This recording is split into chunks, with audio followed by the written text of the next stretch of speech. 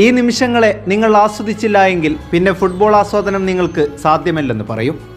കണ്ടതും കാണപ്പോകതുമെല്ലാം വിസ്മയ ദൃശ്യങ്ങളായതിൽ പിന്നെ കലൂർ കണ്ടു തീർത്തത് ലോകമൊരിക്കലും മറക്കാനാവാത്ത നയനവിസ്മയ നിമിഷങ്ങൾ.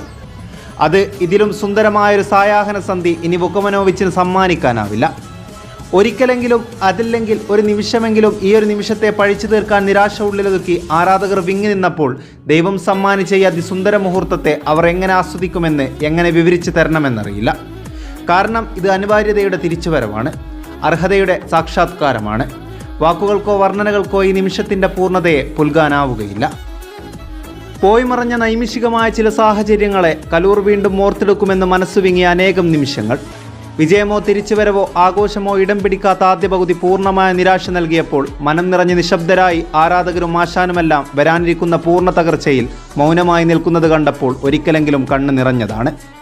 ആഗ്രഹങ്ങളുടെ കൊടുമുടിയിൽ പരിലസിച്ച് താഴ്ചയിലേക്ക് വഴുതി വീഴുമെന്ന ഒരു തരം ഭയം നിങ്ങളും കണ്ടതാവും. പക്ഷേ അവിടെയും പൂർണ്ണമാകാത്ത പ്രതീക്ഷകൾ വീണ്ടും പ്രകാശകിരണങ്ങൾ പകർത്തിയപ്പോൾ അലകടൽ വീണ്ടും മാർത്തലച്ചു.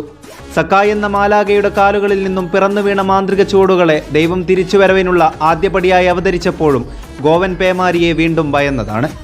എന്നാൽ പിന്നീട് പിറന്ന നിമിഷങ്ങളെ വെറും ഭാഗ്യമെന്ന് പറഞ്ഞു വെക്കുന്നതിൽ ഞാനൊട്ടും തൃപ്തനല്ല. ഡയമണ്ട് കോസിന്റെ പെനാൾട്ടിയും കടത്തി ദൈവം സമ്മാനിച്ച വിജയ നിമിഷത്തെയും ഗോളാക്കി മാറ്റുമ്പോൾ നിങ്ങൾക്കിത് വെറും ഭാഗ്യനിമിഷം മാത്രമായി തോന്നിക്കാണണം. പക്ഷേ പിന്നീട് നടന്ന നിമിഷങ്ങൾ കലൂറിൻ്റെ ഓർമ്മകളിൽ നിന്ന് മാഞ്ഞു പോവുകയില്ല.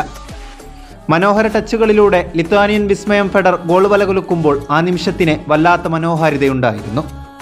അതെ, എന്തു സുന്ദരമാണിത്! ഈ വികാരഗോപുരം ഇനിയും മനോഹരമായി തുടരുമ്പോൾ ഒരിക്കൽ കൂടി പറയുന്നു, ഈ മഞ്ഞക്കടൽ തിരകൾ ഇനിയും മലകടലായി ആടിത്തിമിർക്കും. കാലം പഠിപ്പിക്കുന്ന നിർബന്ധിത നിമിഷങ്ങളിലൊന്നും ഈ മഞ്ഞപ്പൂക്കൾ വാടുകയില്ല, വീഴുകയില്ല. സ്പോർട്സ് ഡെസ്ക്, അസി ടോക്സ്.